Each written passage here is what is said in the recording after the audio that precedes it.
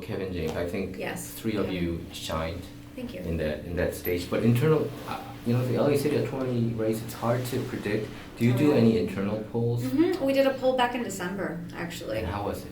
Great. In our poll and in all of the polls that we've heard of, I make it through the runoff. So it's myself and Fazil Gill, actually. Fazil Gill. Yeah, in all the polls that we've heard of and that we've done. I mean, when we did ours in December, and it's online, I can give it to you as well, but we posted it online.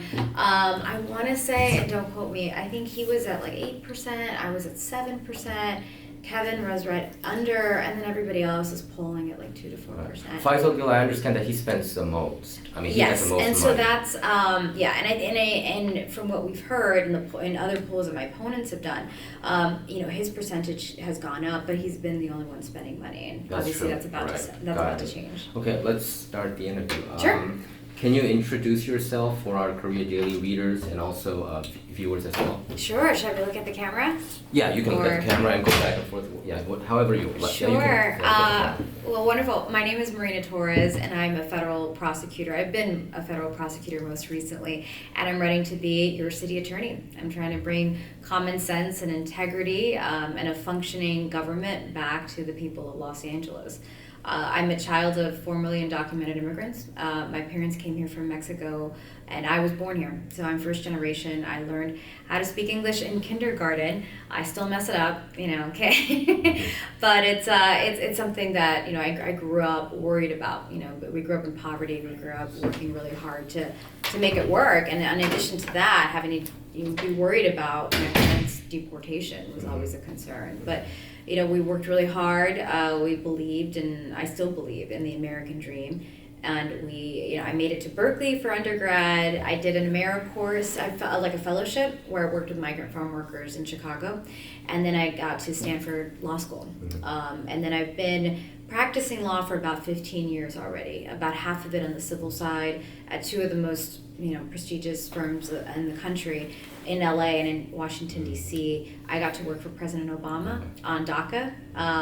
And for me, it was obviously incredibly impactful to be able to work on that program, because we had, I believe it was, the number right now is about 800,000 people that are protected from deportation. And so to be able to help people like my family, right, who had the same story as my family, and especially within the AAPI community. I mean, there was a big push when we were in the White House to try to increase awareness of DACA and the renewal policies among the AAPI community. We found that to be one of the most underrepresented communities in DACA. There were so many young people that qualified for DACA that just didn't apply.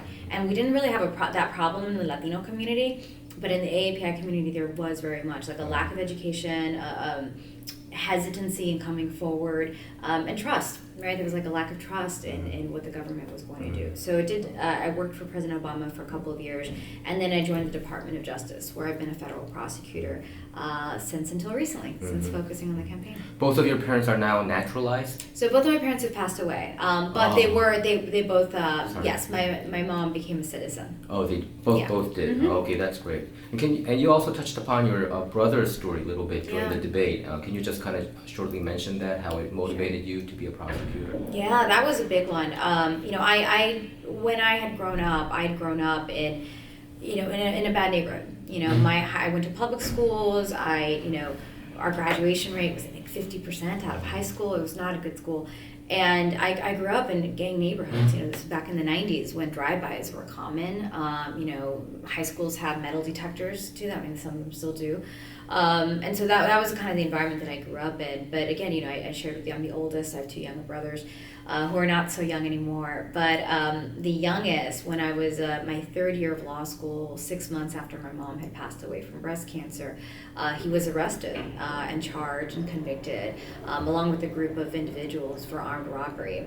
And he ended up doing 5 years in state prison, even though he was a first-time offender. He was an honors and an AP student. He was like he had never had armed robbery. He just was in a group. Yeah, He was just in a group, but he was not active. I mean, I hear those kind of situations even among the Asian community. Absolutely. They were just there as Conspiracy. a friend. They get you all. Yeah, that's what his situation was. I mean, all the evidence. I poured through all the evidence. None of the evidence had him ever, participating in like the actual incident. But he was looped in with his friends, and again, he was an honor student, AP. Headed to college. So that really, for me, made such an impact, because I'd seen, again, growing up where we grew up, these gangsters were kind of running the streets. And, I remember just thinking, like, why aren't they put away, right? Why doesn't the community do something about that? And then to see the other extreme of what happened to my brother, and he got 2 strikes because of it. Why not 1? Why 2? So that's the thing, too. So 3 strikes is a really badly written law. There have been a lot of there've been a lot of amendments over the years, but it was, as originally enacted, incredibly badly written. And so you can actually, depending on the felony, so say you break into a resident, breaking and entering, and then you also shoot at somebody, or you're even better, like say your partner shoots at someone, right? Those are 2 different felonies, and so you can get 2 different strikes for the same incident. For the same incident. And then your can third you go all strike, the way to 3 with 1 incident too? No, you can't. But the third one, until they changed it a couple years ago, the third one could be nonviolent. So for a while, you had people going to prison for the rest of their lives for a nonviolent felony. I mean, writing a bad check over $500 is a felony. So stealing so that will be pizza, the 3rd strike. Yeah, so non-violent. So you're always on the worry, because that is like a slipping, like anybody can accidentally drop, fall into it. I mean, because people think of felonies as something, it's incredibly dangerous. Again, writing a bad check is a felony if it's over $500. And there have been significant reforms now, and now judges will also, they have the discretion to strike the prior strike. And usually now, if it's been a long time between your previous strike and your new crime, judges will consider that, and it's not an automatic, we're going to send you away. So there have been some significant reforms, but at the time, I mean, this was, 20-some years ago, things were different. I don't think we were talking about criminal justice reform in the way we have been more recently. So that obviously left a huge impression on me. And when I made it to Stanford, because we were poor, I worked in the, civil sector, in the civil side for a while. And then eventually, again, worked for Obama, but I never thought I was going to be a prosecutor because of that. I was like, I've had too much interaction with the criminal justice system. You kind of didn't have a good impression about them. Absolutely not at the time. And, but the way life works out, I always used to tell people that growing up, I knew I wasn't going to do immigration work, and that I wasn't going to do criminal work. And then I ended up working for President Obama on immigration issues and being a federal prosecutor. But it's what makes me happiest. It really is. It's been the honor of a lifetime to have been a prosecutor. So, what does a city attorney do, and how does it influence our daily life? Because many people think that if we choose the right mayor, that everything's going to fall into place. But can you explain it to our viewers? Of course. City attorney is incredibly important. And you're right.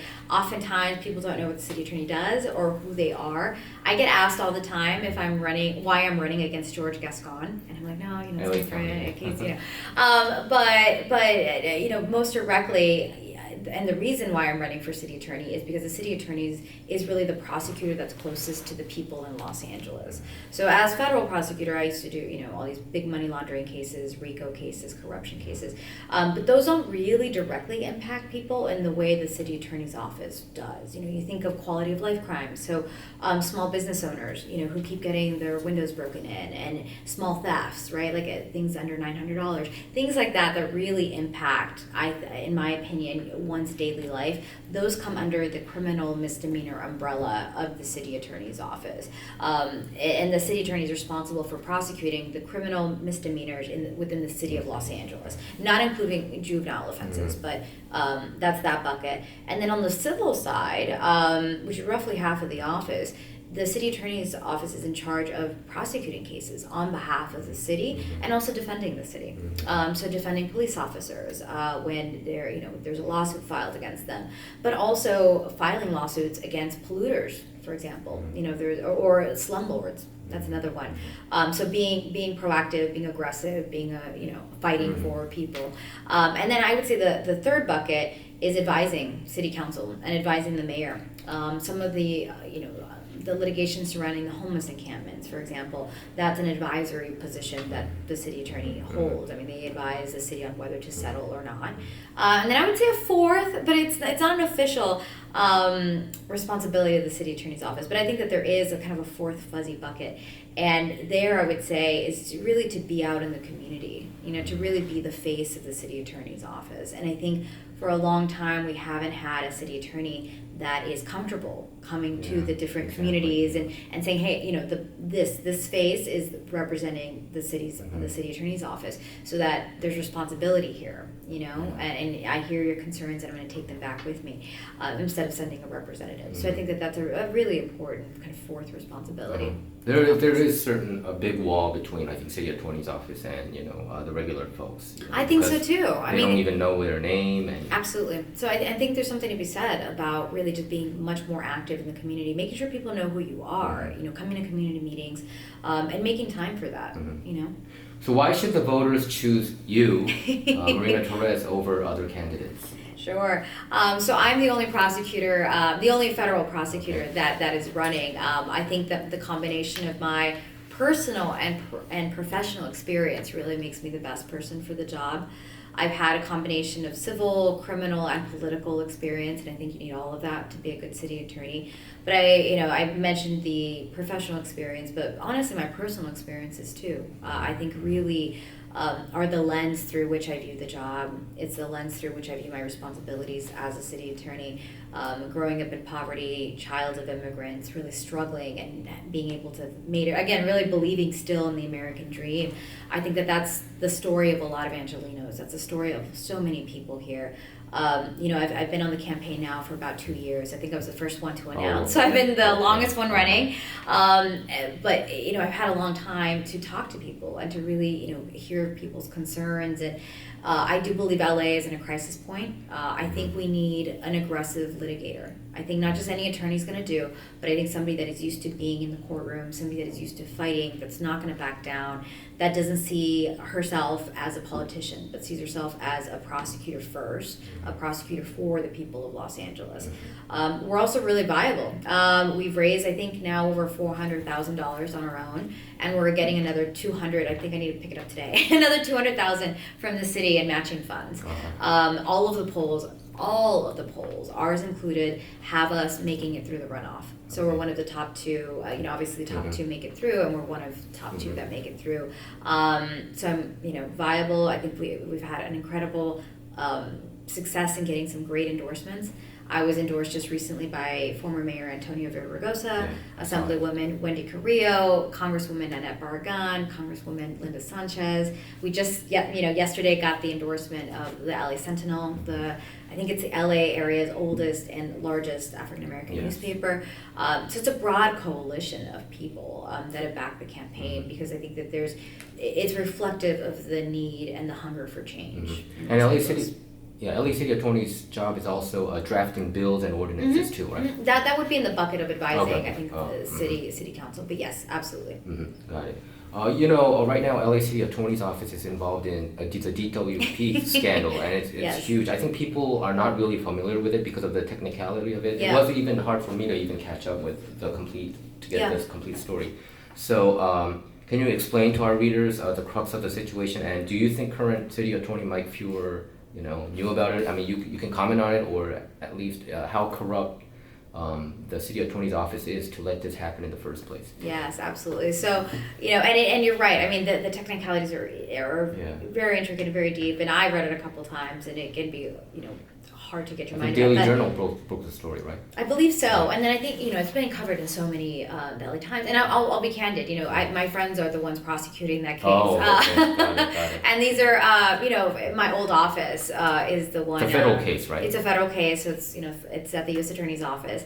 And the people that are prosecuting that case are my former colleagues, people that I have the utmost respect for. I don't think it's done yet. I don't think we've neared the end of it. The team that's prosecuting that case is they're very thorough. Their integrity is of the utmost caliber. I have no doubt that they'll uncover whatever needs to be uncovered in that scandal. But the crux of it is, to be quite honest, I think, is that the top heads of the city attorney's office forgot that they were there to represent the people. I think that they were looking out for themselves, and I think it's really a shame when elected politicians get to that position. I don't think it's endemic in the city attorney's office. People will ask me, I know one of my opponents wants to have an ethics czar in the city attorney's office. You don't need an ethics czar to tell you not to break the law. Yeah. That's my 4-year-old niece can tell you that. So I don't think you need to create another position to just tell people, don't be doing this. But I do think it goes up to the highest levels, I suspect. I don't think the rank and file, again, I don't think corruption goes down into the regular day workings of the city attorney's office. I think there's a lot of really good people that work there that should not have to go to work being worried and concerned about landing in jail or having their name listed as a witness in a federal case or in an indictment because of something their boss asked them to do. I think we do need to expand the options for people who have concerns at the city attorney's office. If there's somebody that has questions about what their boss has asked them to do, there should be, right now there's like one person who is great, but it's just one person. There needs to be perhaps like a council or a team of ethics advisors so that the employees and city attorneys, when they're concerned or have a question, they have somebody to go to. But no, I think it's not done yet.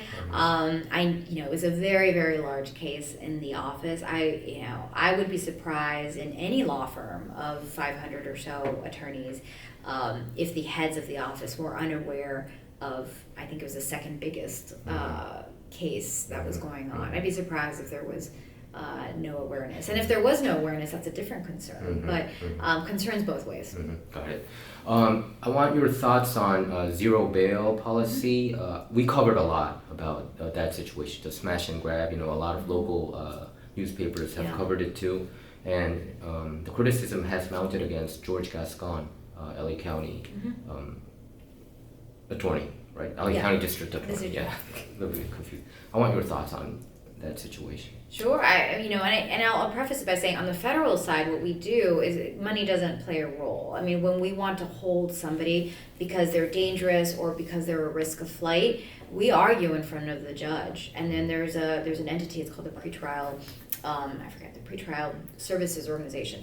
And they evaluate the defendant. They look over their criminal record, they interview family members, they talk to victims if there's any victims, and they make a recommendation to the court saying this person is too dangerous to be let out before trial, or this person with some ankle bracelet, something, would be fine being released out into the community. Or this person has absconded from bail 5 different times and so probably shouldn't let them out because they're a risk of flight. So the pretrial services agency makes that assessment, makes that recommendation to the courts, and then the different sides are then able to argue for or against detention. So I actually really like that system because it takes away cash entirely, but you're able to hold dangerous people. It's not just, I think the problem with the current situation is that you've gotten rid of all pretrial detention for misdemeanors. That's a problem. Right? That's the problem. I think, I'm in favor of removing the calculation of money out of it. I think that's a great idea. And again, on the federal side, we don't even include that in our analysis. But if you're going to do that, you should have something in its place. You shouldn't just say, for misdemeanors, we're just not going to hold anyone, because you pointed out the smash and grab situations. A lot of people talk about those as victimless crimes, and I used to prosecute misdemeanors. I can tell you that they're not, because that there is a victim there. It's a property owner, the property owner's family, the shop owner. There is a certain kind of violation that happens when you go to your place of work, your small business that you've poured your life savings into, especially immigrant families. And the windows are broken and things are stolen. That is a violation. There is a victim there. So that's my position. I think we need to, I'm in favor of reform, but I am very concerned about the current system right now that doesn't seem to have any kind of pretrial detention options for misdemeanors. Is that you also get that impression that LA City has been soft on crime? Or do you differ? It's soft. I think there's so... Or the county, not county, but city. Right. I think that there's so many different... I think right now we're trying to figure out where we are as a city. Yeah. I think that's what it is. I think LA has always been a very progressive city. I think we want reforms. You know, you talk to people, most people are in favor of getting rid of 3 strikes. Most people are in favor of getting rid of the death penalty, right? We're still a progressive city. We used to be super conservative to be that way. In the I know. first place, Well, we had right? the 90s, you know, when we did 3 strikes, right? I mean, But we went wasn't California in the 90s also considered progressive compared to other states? Well, I think it depends on where. I mean, we had Pete Wilson, right? Who Wilson, was so anti-immigrant. So we've had some ebbs. Yeah, we've had some swings, and so I am worried we're gonna maybe swing the other direction. But I think the pendulum is kind of swinging a little bit different. I mean, like 2 years ago, I think we were like super far left. I agree. Like real, but now it's not that like that anymore. You know, and I've never liked swings in any direction. You know, I really, you know, I have just as much issue with the current criminal policies right now as I did with 3 strikes, right? I'm really representing like a more moderate, common sense middle, where, you know, I mentioned a couple things. Like one of the issues that I have with George Gascon's policies, for example, is that he got rid of hate crime enhancements. You know, he brought them back, but I've prosecuted hate crimes, you know, and to get rid of that kind of enhancement, he got rid of the great bodily injury enhancement for child abuse cases for broken bones in children. I mean, you know. Why would he do that? Doesn't understand. You know, and I take issue with those policy decisions. But then again, you know, we've talked about the death penalty and 3 strikes. So, you know, I think and I hope, but I do believe we're moving back to a more common sense, moderate middle. And that's a platform of my campaign. I believe that we can prioritize public safety, and we can do so without swinging all over the place. So I think LA is trying to find itself back again. I mean, we just went through a worldwide pandemic. You know, a lot has changed, but I think we're right now, public safety, in my opinion, is probably the number one concern, combined with the homeless encampments. That was the impression I got during the debate when you mentioned, you know, when you talked about that situation. You know, somehow in the middle we have to. You know, just like moderate, common sense middle. Are you familiar with the Korean American community? Not as much as I should be. Obviously, I'm a child of LA. I've been in, you know, the familiarity that I have with the Korean community, honestly, a lot of it comes from the time that I worked on DACA. We did a lot of work. This was on the national level, less so LA. Although we did do some work with Asian Americans Advancing Justice, like that community group here. But most of my work has been in the immigration space. Some small business connections as well through my job as a prosecutor, but mostly in the immigration space with respect to the Korean American community. Do you think the Democrats should have took that deal when Trump was in the office and he offered 3 million DACA legalized, but instead of that build a wall? You know, they refused it, but many DACA students and undocumented told me, we should have took that one. You know, I just, it makes me really sad to realize that, you know, it's 2022 and we're still talking about immigration reform. You know, it's something that I'm going to say both parties have really failed here. I think that it's a long time coming. It has bipartisan support. You know, people are in agreement that we need a path towards legalization, and yet, you know, our electeds can't get it together. I think it's way, way overdue. I mentioned pathway to legalization because DACA provides, you know, protection from deportation, and it provides you the work permit. But you know, you're with a different president. But some places don't accept those work permit, right? Do they? No, they should. To? They have to. Okay. They should. I don't know if they have to, but they should. Okay. I mean, it's a work permit as it completely lawful. Issued by the government. Same as like visa, right? Absolutely. Yeah, it enables you to Got work. I don't know if there'd be any. You know, private employers may have restrictions.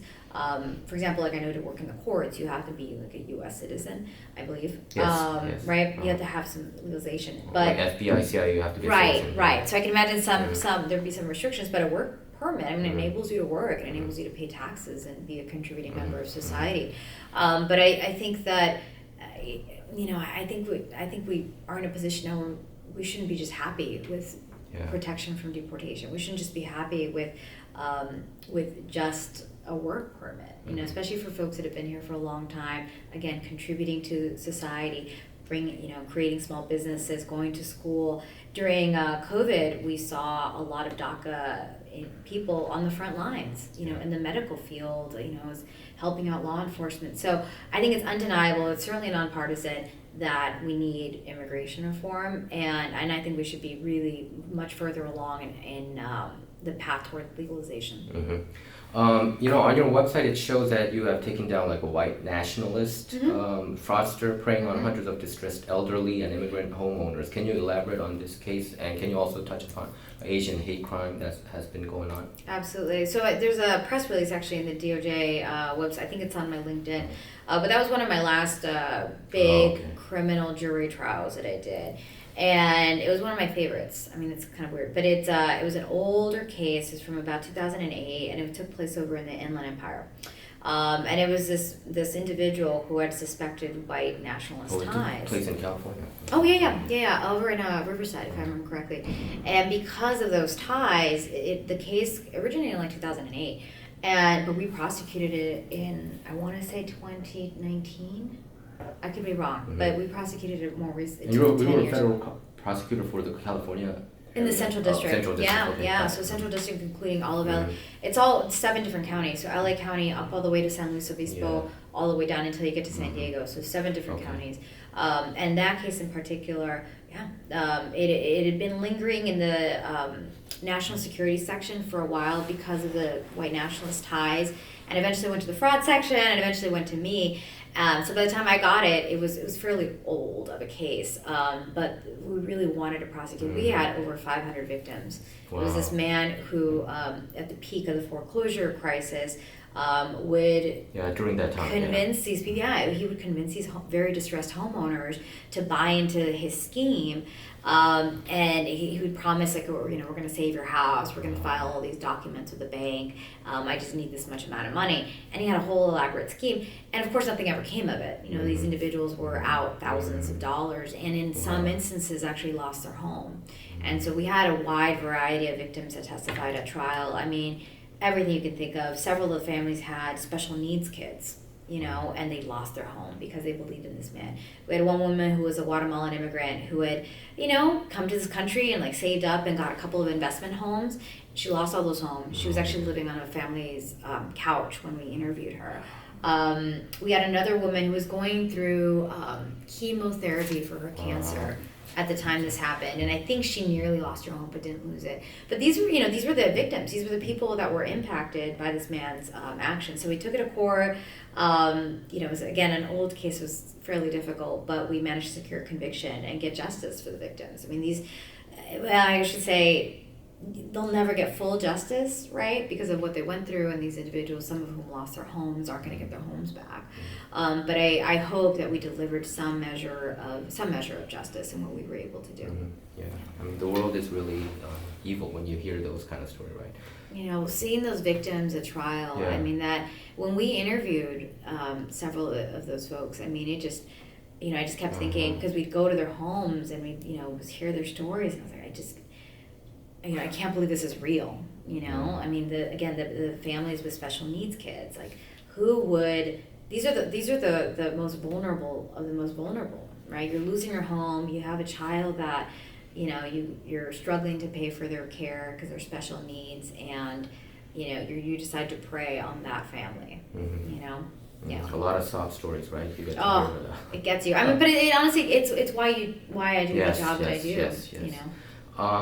What are the most memorable cases other than that one? That one was really good. That one was a good one. And the danger is that whenever you ask a trial attorney to talk about their cases, I mean, we can go on for a while. Oh, is that? Okay. Yeah. Just like the top 1 or 2. That one was a big one. Yeah. There was another one. I remember this was back in DC. This was maybe my 10th jury trial.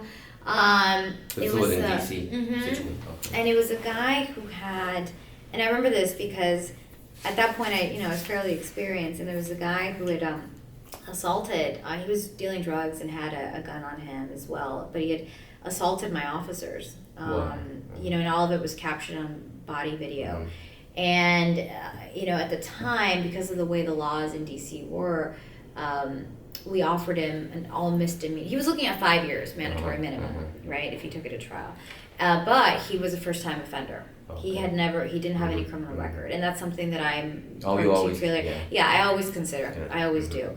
Because of my own family's history, I know the impact of what a criminal record is going to do to your life. Night and day, huge, right? Huge. I still sign my brother's rental agreements for his apartment, so I get it. So it's not something I do lightly, and so in that can case, lead to homeless too. You think if nobody would sign, Yeah, because if you don't have anybody to do that, I mean, in addition to, I think, utter lack of resources and support that we give people when they leave periods of incarceration, especially for people who've been, my brother was lucky, he had our family, but for people who leave who've been in prison for 10 years, family ties fray, they don't become as strong, and so you let them go with $200 and a bus ticket. I mean, it's like, these people don't have IDs, they often don't have a place to stay, and you just make it too easy for them to make some bad choices. So I think we need to really beef that up a lot.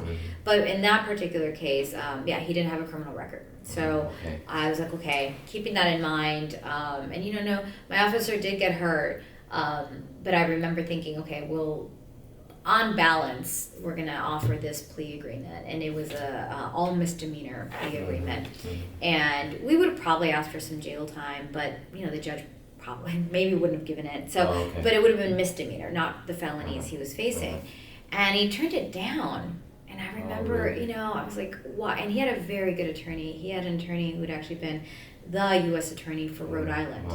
So, very experienced, and I think he thought the jury was going to nullify, that the jury was just going to be like, he's probably just dealing weed, and, but it wasn't just that, it wasn't that he's just dealing weed, that wasn't even, it was the fact that he had a gun, and that he gave one of my officers a concussion, and it was all over on video, and so that was a crime, without a doubt, right? Yeah, and even then, I debated giving him a misdemeanor because of the injury to the officer.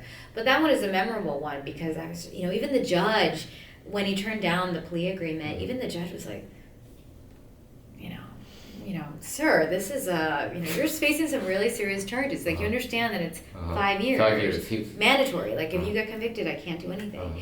And he was like, no, we're going to reject it. And he's like, and the plea agreement you're getting is misdemeanors, like all misdemeanors. Just saying it for the courtroom. And I was like, yes, Your Honor, and rejected it. But, and I think it's unfortunate, but I later found out that he had gotten away with 2 previous cases like that. Yeah, so the one before, he'd gone to trial and he'd won. He'd gotten an acquittal. So and then the time before that, I think there was evidence that was stricken. I think there was like a bad search or something. So he thought that he was kind of unbeatable in a way. So he rejected. What happened?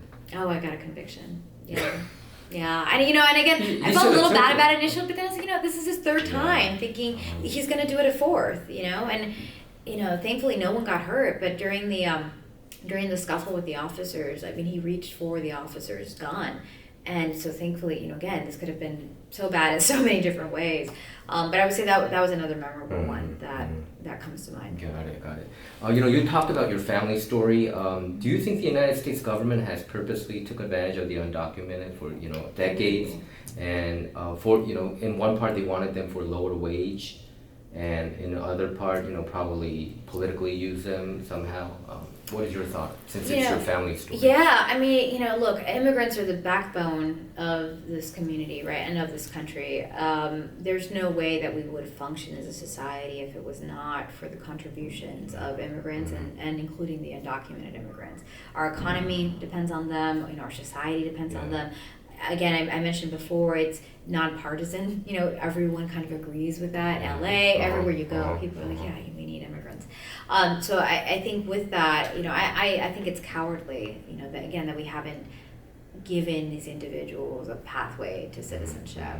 Because you're right, it seems like it's, I don't think it's all, taking. Obviously I'm here, I'm able to reap opportunities that I certainly would not have had in my home country. Home country was where? Mexico. Mexico,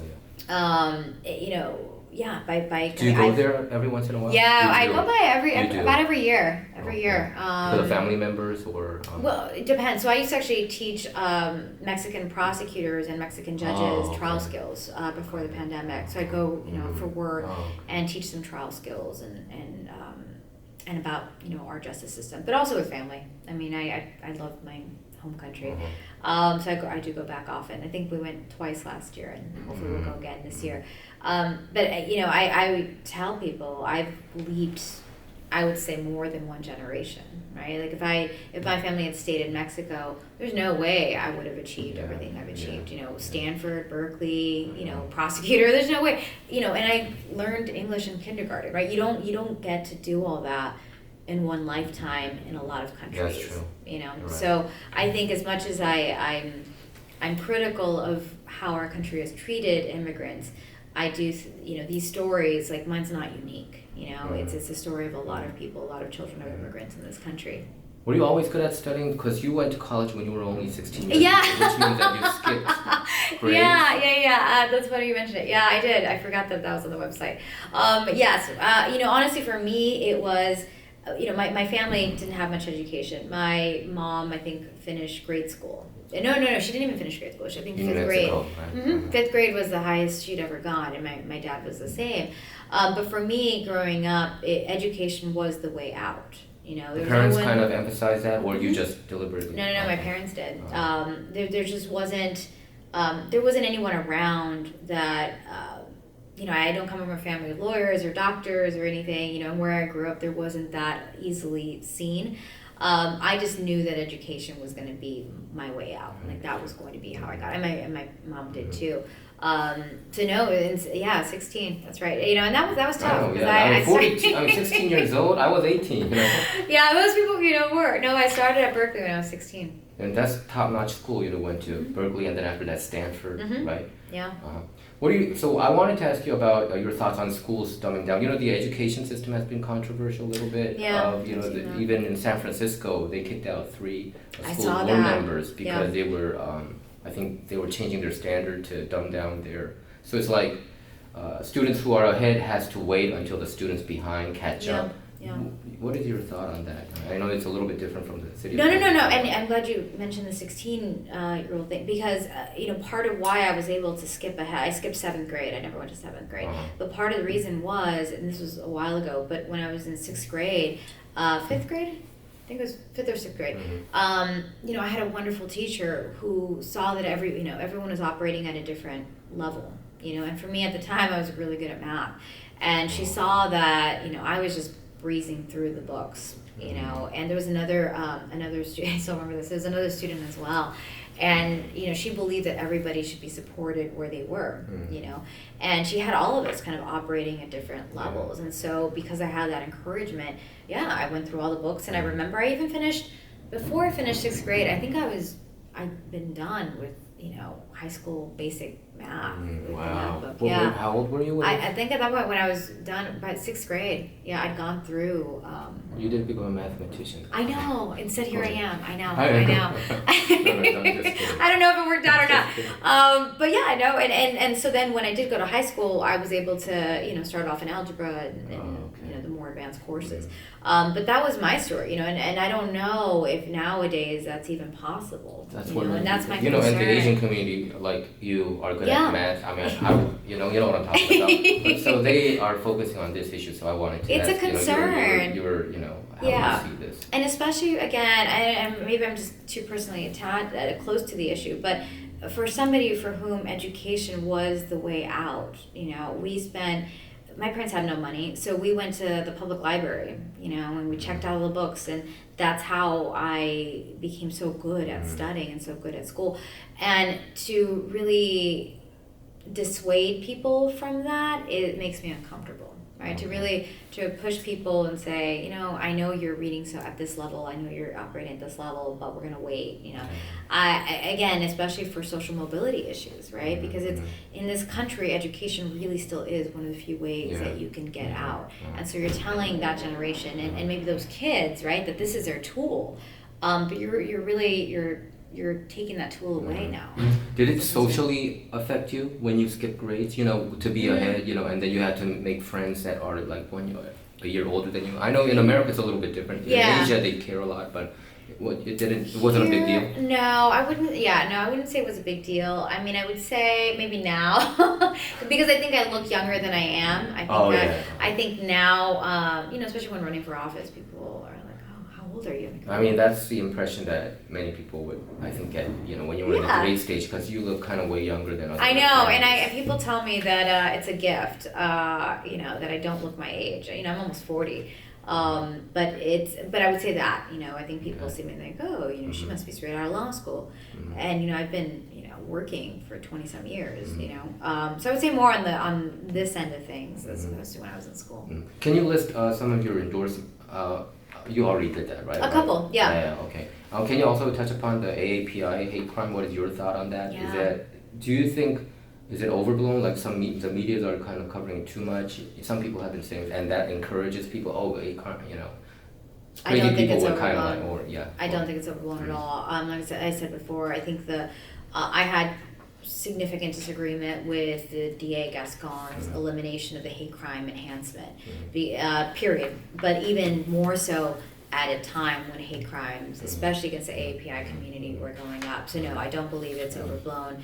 I believe that hate crimes in particular are really, they're really awful crimes because you're going after people for who they are, and I think we really have to have zero tolerance for that, and really just show as prosecutors, as government, as elected people that those are not going to be tolerated. So sending the message that they're overblown, I think also disregards people's own experiences, right? Because these are your constituents telling you this is happening. I have video of it. I was told this is, and I would say the same is true for people who feel that crime is going up. I've heard a lot of, the statistics don't show this and that. It's like, you're disregarding people's experiences by saying that, and I think the same can be said about hate crimes. You know about the railroad robbery situation that happened, and they say that it's a federal territory there. But that I don't know. Yeah, you don't know? So, well, no, I've been following it, but I'm trying to. Yeah, that's what people said. So I was wondering, even though it's a federal, because it's transportation, that's why I think it's the railroad. So I was wondering whether the city and the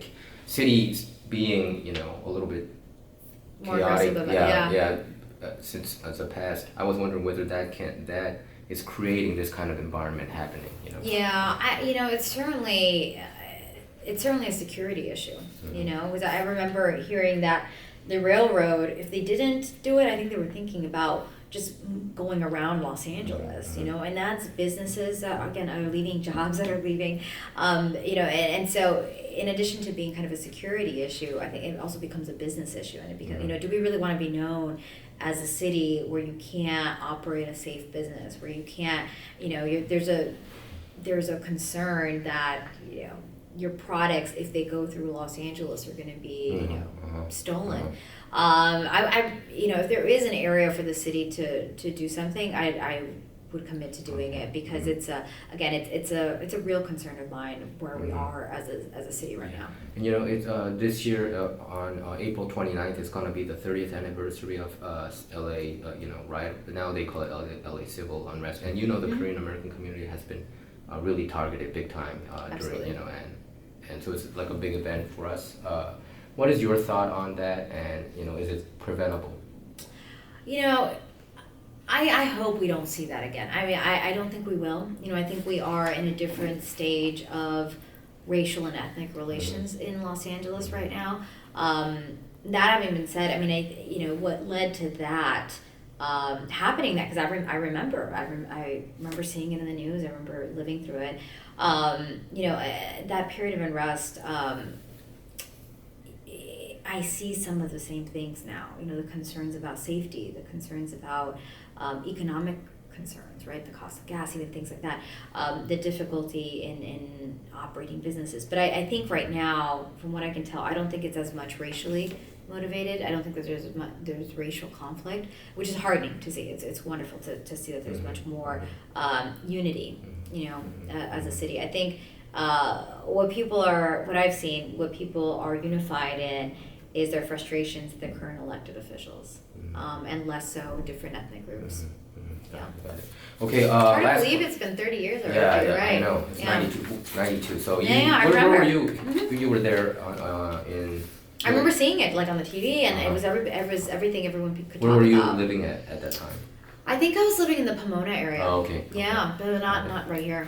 Any last words to our audience? And also, can you share your campaign website or any contact info that you would like to share? Yeah, absolutely. Well, thank you. It's been a privilege to be here and have the opportunity to talk to your listeners and your viewers.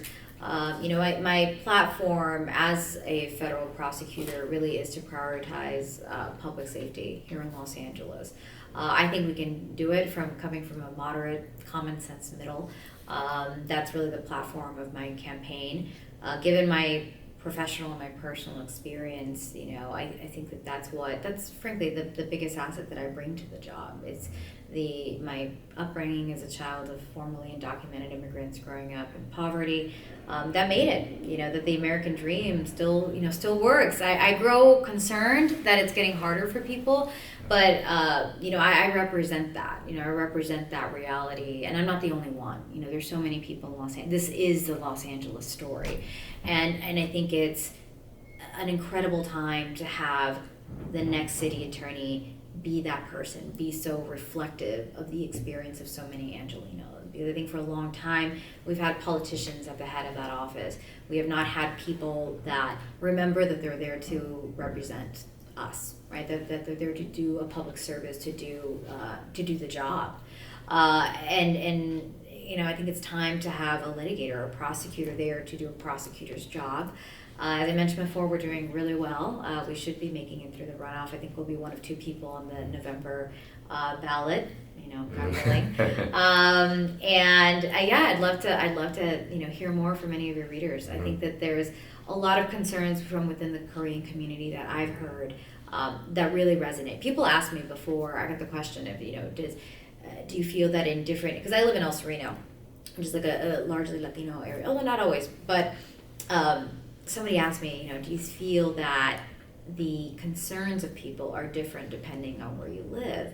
And I said no. To be quite honest, the concerns of the Korean immigrant community, they're the same as Latinos that are living in Boyle Heights and El Sereno, and they're the same as folks that are concerned in Venice, right, about the encampment. So for really strange reasons, I feel like we're really unified right now as a city in terms of the concerns that we have. Those concerns are I think very widespread, and regardless of race or ethnicity. So I appreciate having the time to discuss those concerns. I look forward to more, and I'd like to direct your viewers to my website. It's marinatorres.com. You'll see my video. We just put up the video. I don't know if you've seen it. We just put it up about 2 weeks ago, but it tells my story, and it kind of tells what I'm going to do as city attorney. But I think it's we put a lot of work in the campaign so far, and I think it's really showing out well. Oh, yeah, I forgot to ask the homeless situation. That's the last question. Sorry about that. That's an ACLU case. You're familiar with that. Because of that, they made an agreement. About the encampments and all that. Do you think we should have sued? The city should have sued and go all the way up to the U.S. Supreme Court in retrospect? And how can we solve this? I don't think we should have settled. And of course, it's, I think, easier to think about in retrospect. But I think what we should have realized was that the consequences, right, of settling. Like, it may have been an easy and cost-effective thing to do at the time. The collateral consequences have been so severe. They've been, it was. That's homeless. what we see. Yeah. That's what we see, and I, because of my background as a prosecutor, I do think I'm one of the few candidates that's talked about the role of mental health issues and drug abuse within the homeless communities and the homeless encampments. I think that a lot of electeds talk about the homeless community as if it's just like one monolithic group. There's so much we can do to prevent people from becoming homeless in the first place. People that are one rent payment away, right? Yeah. Or as we mentioned before, people leaving periods of incarceration that they don't have the proper support, so they go to the streets.